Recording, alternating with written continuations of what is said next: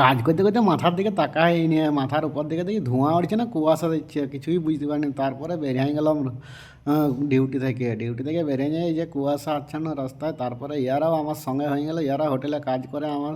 হ্যাঁ, তো ইয়ারাও আমাকে লাইক কমেন্ট শেয়ার সাবস্ক্রাইব তিনটাই করে রেখেছে। ইয়ারাও ব্লগ বানাবার চেষ্টা করলো, তাই আমিও একটু ওদের সাথে এনজয় করে নিলাম। তারপরে ওরা আমাকে ছাড়ি দিয়ে চলে গেলো, আগুয়ে গেলো রাস্তায়। আমিও ফ্ল্যাটের গেটের গোড়ায় দাঁড়িয়েছি। না, এবারে আমি ফ্ল্যাটে ঢুকে যাব। ফ্ল্যাটে ঢুকে গেলাম, বাঘাদাও আছে, বাঘাদার হাতে খাবারটা ধরায় নিয়ে বাঘাদার গেট দিকে তাকাতেই দেখছি হ্যাঁ কুয়াশা। বাঘাদা কুয়াশা দেখে তো অবাক হয়ে গেছে।